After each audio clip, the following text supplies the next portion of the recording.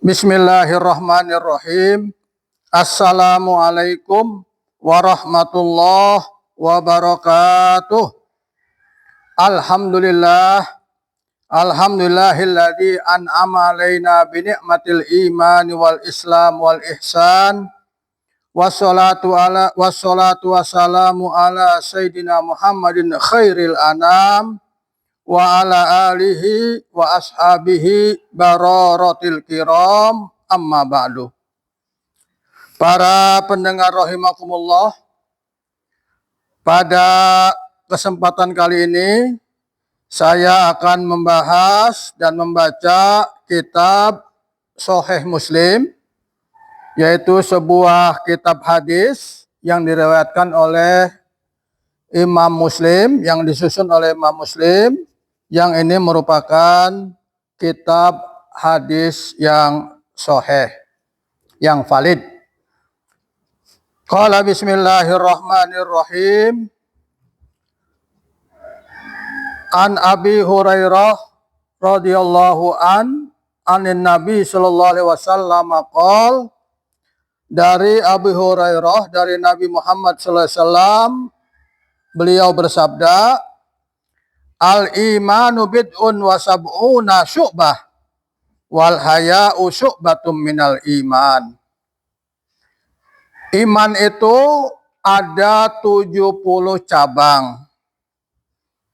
Salah satunya al-haya'u syu'batum minal iman.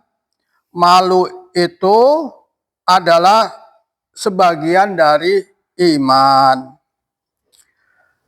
Para pendengar rahimakumullah, dalam hadis ini kita akan menjelaskan tentang al-haya'u minal iman atau al-haya'u syu'batum minal iman.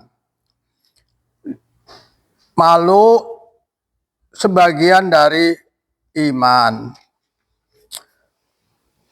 Malu itu dibagi kepada 3. Yang pertama, malu kepada Allah. Yang kedua, malu kepada manusia. Yang ketiga, malu kepada diri sendiri.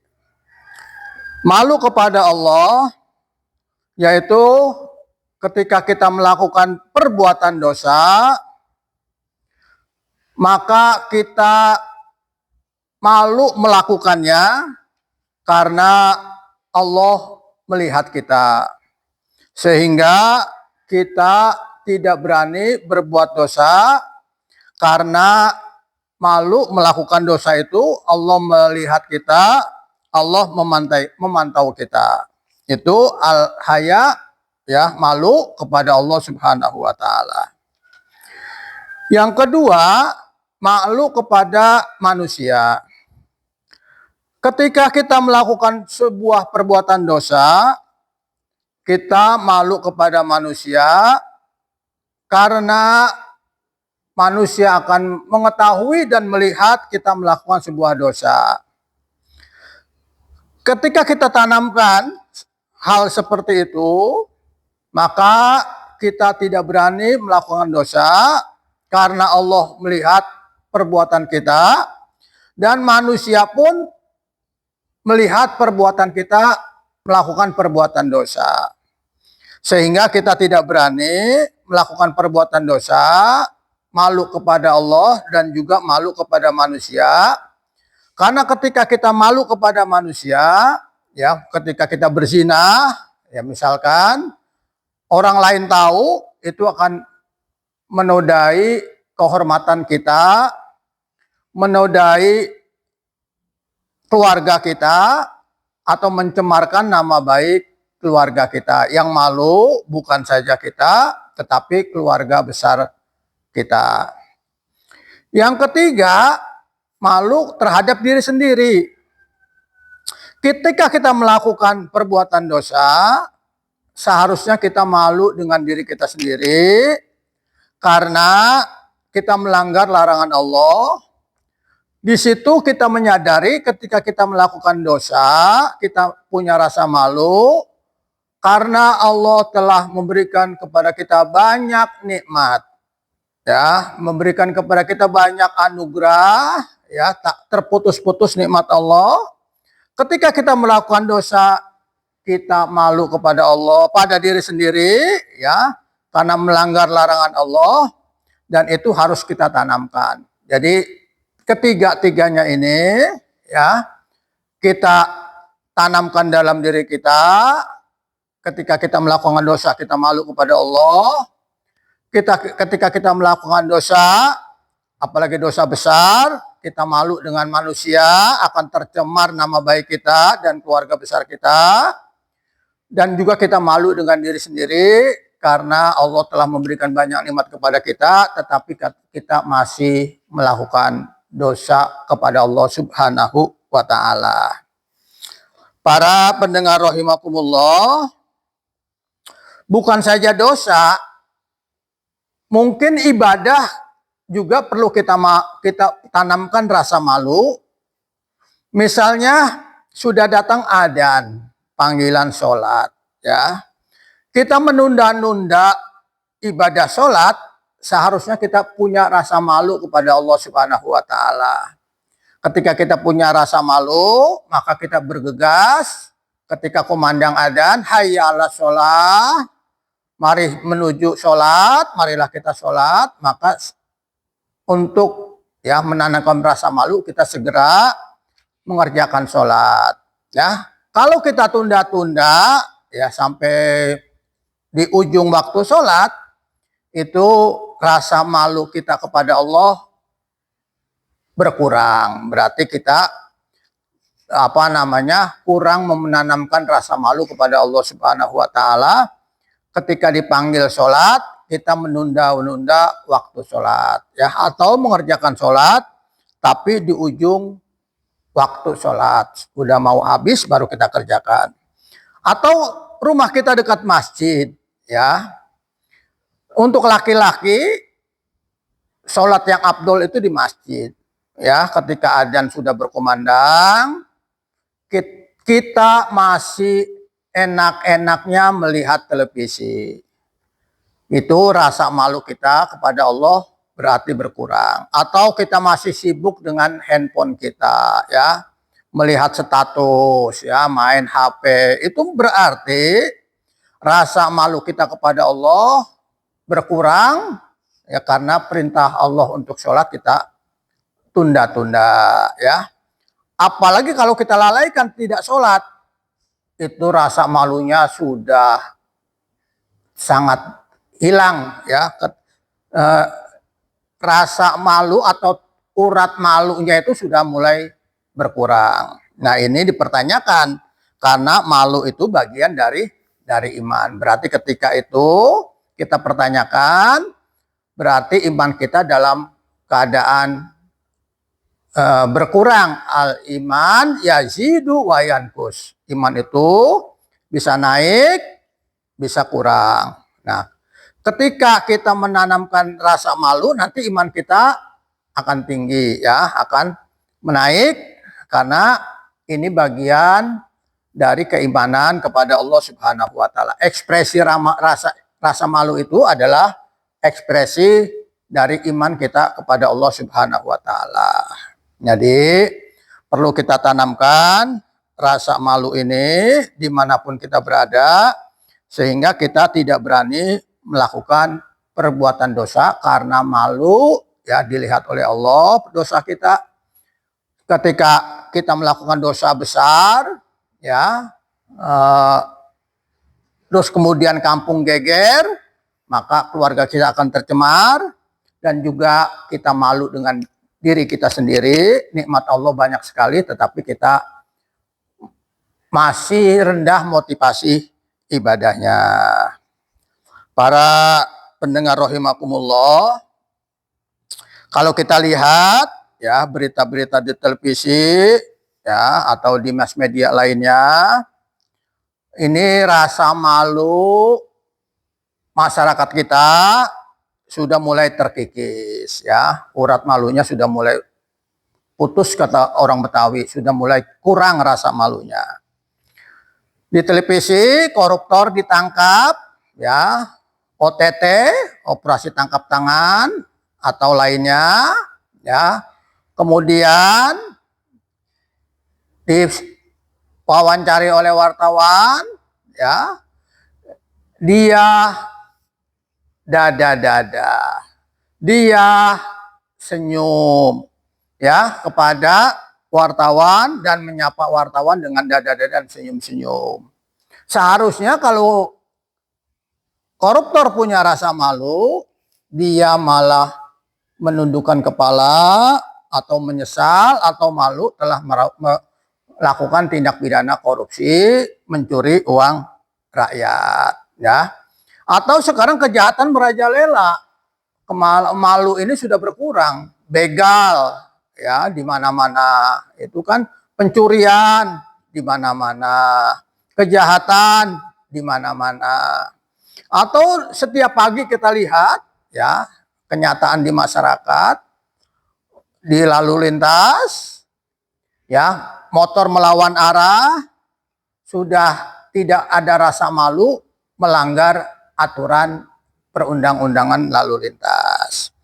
Jadi kalau kita memahami dan menghayati hadis ini, kita ini tidak berani melanggar ajaran agama, kita tidak berani melanggar hukum, ya, hukum positif.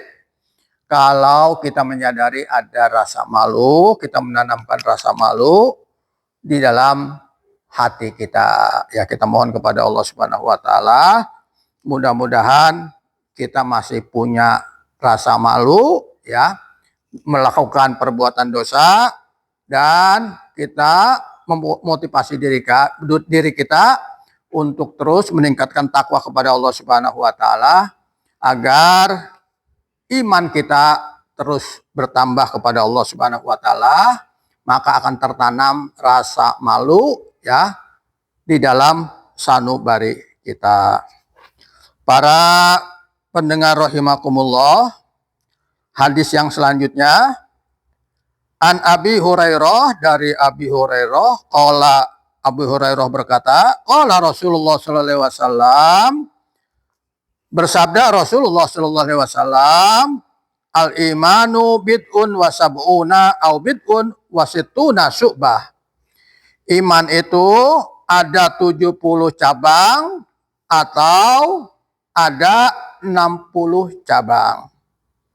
Wa afdaluha qaulu la ilaha illallah wa adnaha imatatul ada anit thoriq wal haya'u syu'batun minal iman. Yang paling afdol, iman yang paling afdol atau cabang iman yang paling afdol, yang paling mulia, yang paling tinggi adalah perkataan la ilaha illallah.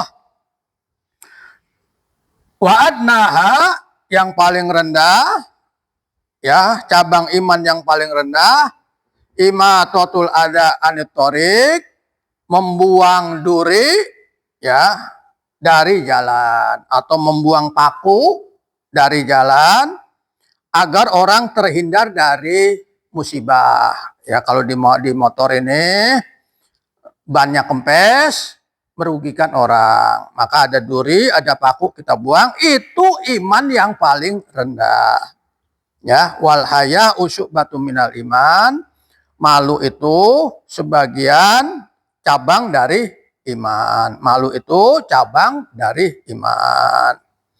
Jadi kalau kita lihat hadis ini, iman itu cabangnya banyak, ya.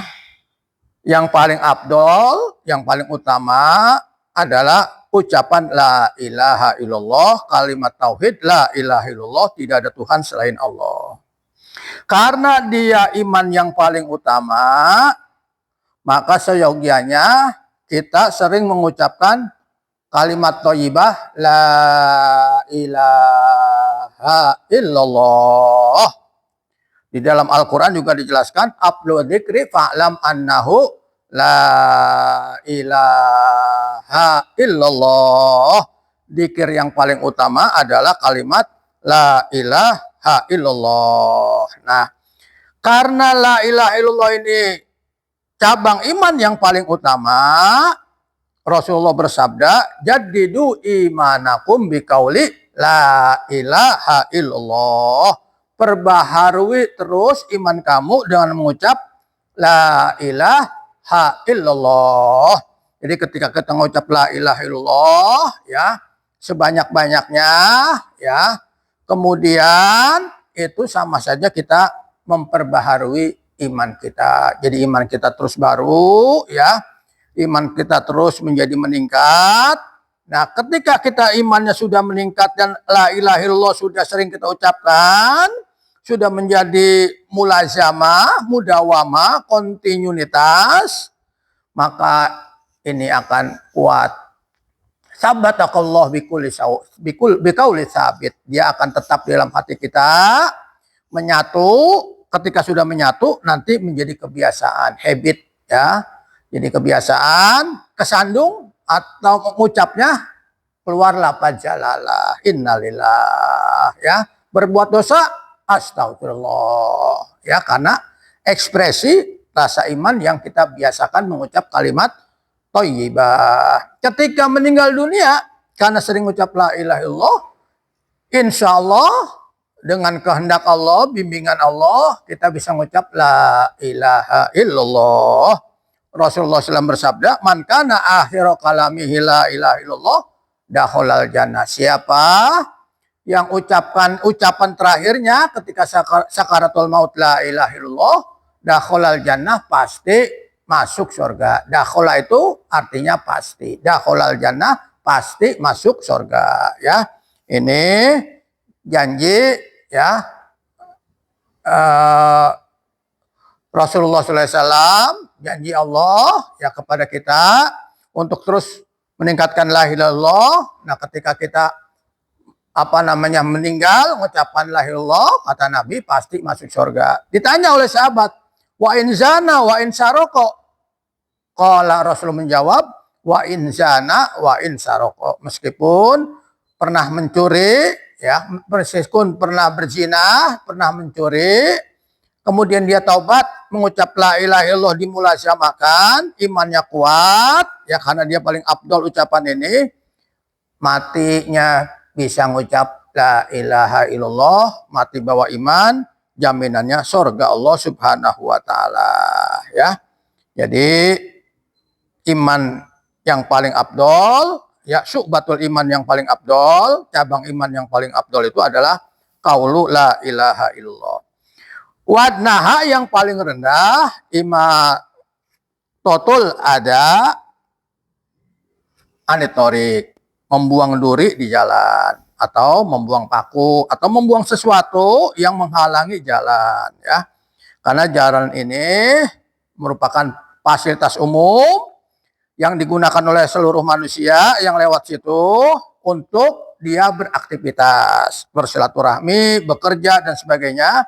Jangan sampai, ya, kalau itu tidak pindahkan, duri itu kita tidak pindahkan, paku itu tidak kita pindahkan, atau ada lubang kita tidak tutup, itu mengganggu orang, ada kecelakaan, nanti itu menyebabkan orang itu celaka, ya. Kalau dia meninggal atau cacat, ya, ketika cacat tidak bisa mencari nafkah, padahal dia butuh pekerjaan, usaha untuk menafkahi keluarganya, ya. Jadi penting, itu iman yang paling rendah.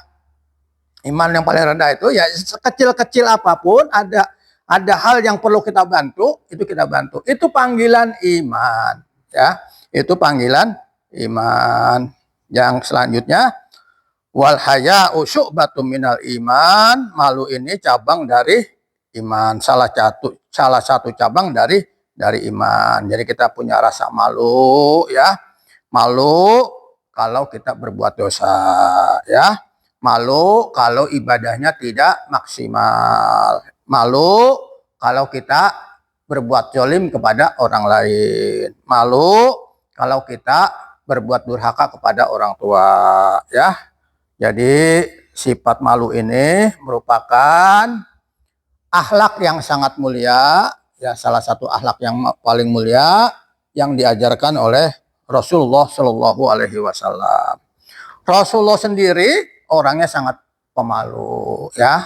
Di dalam berjanji dikatakan, "Fakana Rasulullah Shallallahu Alaihi Wasallam syadidal haya'i wa tawadu." Rasulullah Shallallahu Alaihi Wasallam itu sangat pemalu dan sangat tawadu, ya. Jadi Rasulullah ini sangat malu, ya, kalau ada hal-hal yang tidak berkenan atau melanggar syariat. Tetapi karena Rasulullah maksum, Rasulullah dijaga oleh Allah dari perbuatan dosa dan maksiat.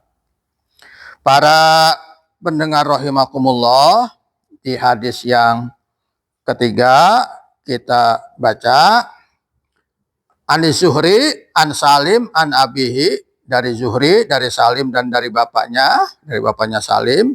Sami'ah an Nabi sallallahu alaihi wasallam, Sami'ah an Nabi Rasul, Sami'an Nabi rajulan, ya.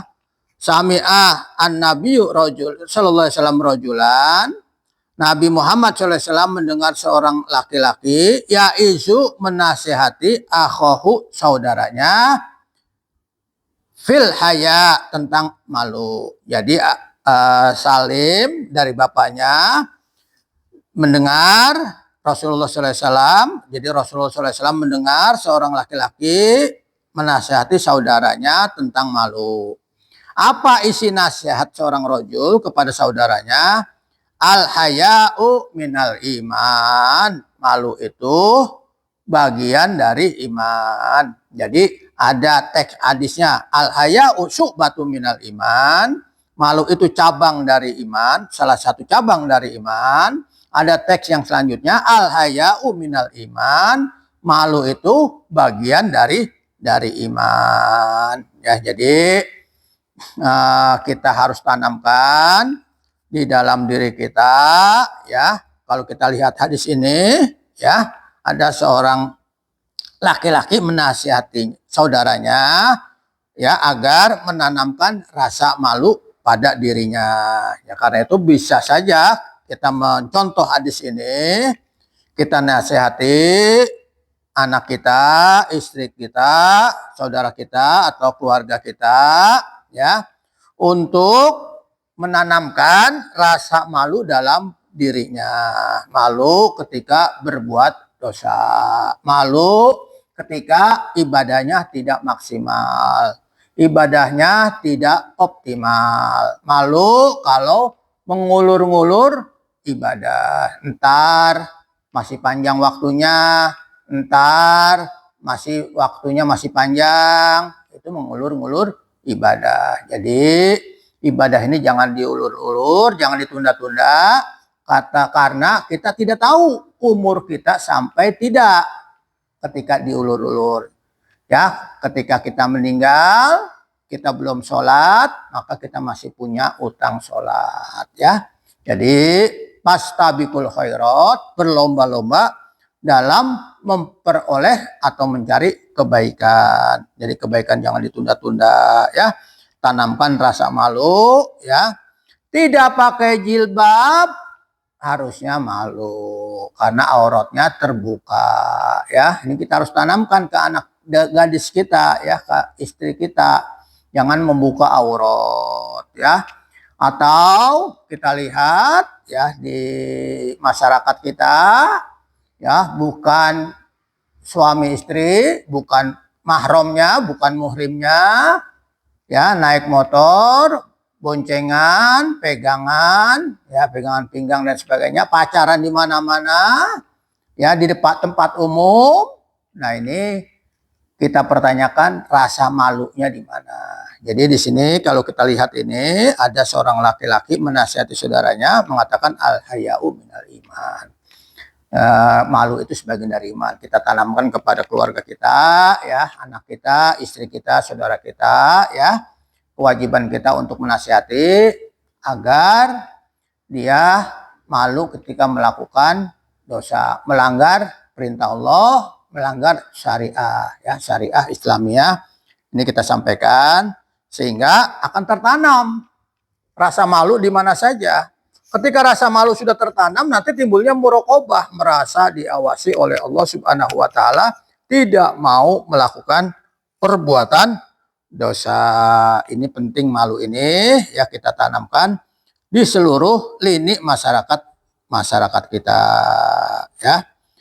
Para pendengar rahimakumullah, ada juga hadis yang selanjutnya yang menjelaskan. Bismillahirrahmanirrahim. Qala sami'tu Aba Sawar yuhaddisu annahu sami'a Imran bin Habas yuhaddisu anin Nabi sallallahu alaihi wasallam, ya. Dari Nabi sallallahu alaihi wasallam, annahu, bahwasanya, qala, Nabi bersabda, al haya'u la ya'ti illa bi khairin. Malu itu tidak datang kecuali dengan kebaikan. Nah, jadi kalau kita lihat hadis ini, ya, malu itu akan mendatangkan kebaikan. Karena tidak melakukan dosa, berarti kan mendatangkan kebaikan. Jadi kita tanamkan rasa malu, ya, dimanapun, kapanpun, ya, kepada kita, diri pribadi kita, kepada keluarga kita, ya, anak, istri, untuk menanamkan rasa malu, ya.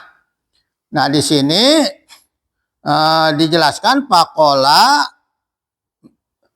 Bashir bin Ka'ab innahu maktubun fil hikmah, ya, berkata Bashir bin Ka'ab, sesungguhnya, ya, rasa malu itu mendatangkan kebaikan, tertulis fil hikmah, di dalam suatu hikmah.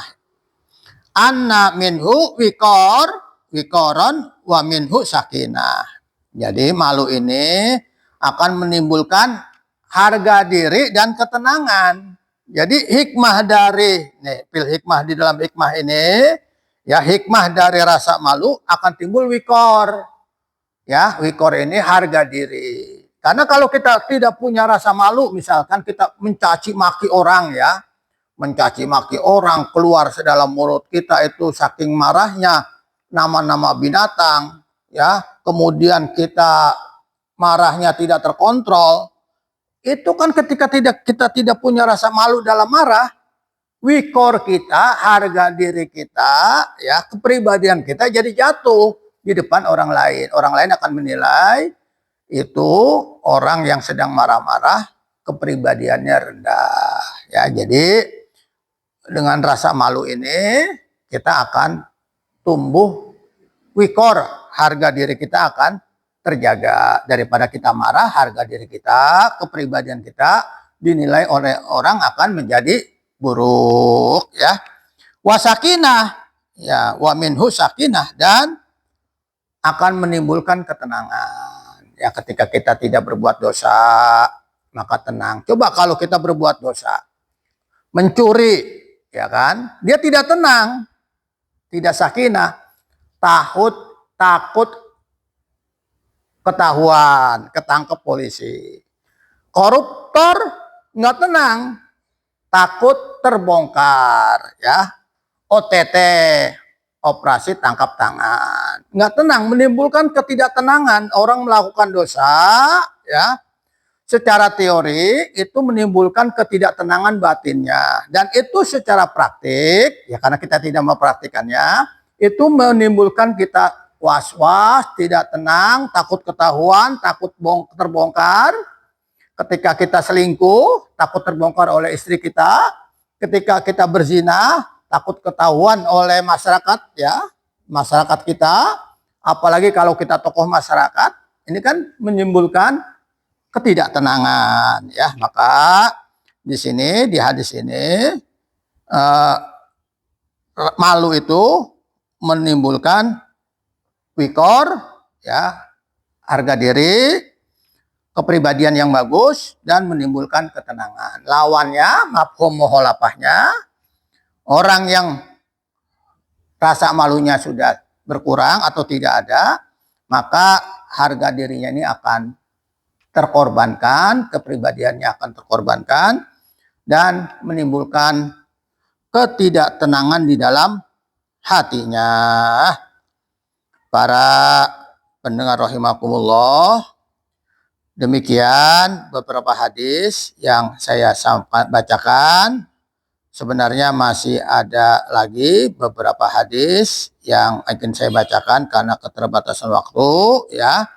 Maka saya cukupkan hadis yang terkait dengan malu. Kita mohon kepada Allah Subhanahu wa taala, mudah-mudahan Allah tanamkan rasa malu di dalam sanubari kita, di hati kita, sehingga iman kita terus bertambah, menumpuk, dan kita malu melakukan perbuatan dosa.